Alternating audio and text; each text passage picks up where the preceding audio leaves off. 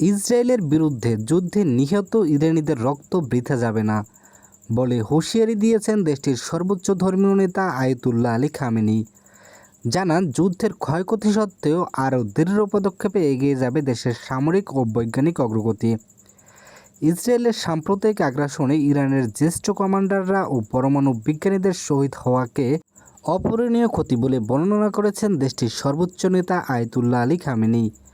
তবে তিনি হুঁশিয়ারি দিয়ে বলেন, এই ক্ষয়ক্ষতি জাতীয় প্রতিরোধের মনোবলে পরিণত হয়েছে। খামেনি জানান, শত্রুপক্ষের যে কোনো ধরনের পদক্ষেপ পাল্টা প্রতিক্রিয়া আনবে। সামরিক ও বৈজ্ঞানিক অগ্রগতি এখন আরও বেগবান হবে।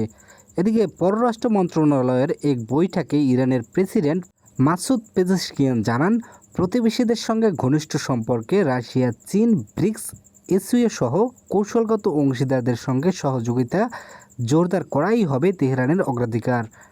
তিনি আরও বলেন, 12 দিনের যুদ্ধে আন্তর্জাতিক সম্প্রদায়ের কাছে সক্রিয় কূটনৈতিক বার্তা পৌঁছেছে।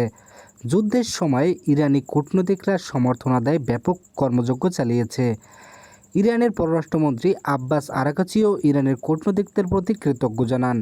বলেন, 12 দিনের ইসরায়েলি আগ্রাসনের বিরুদ্ধে দেশটির সামরিক ও কূটনৈতিক মঞ্চ একসঙ্গে কাজ করেছে।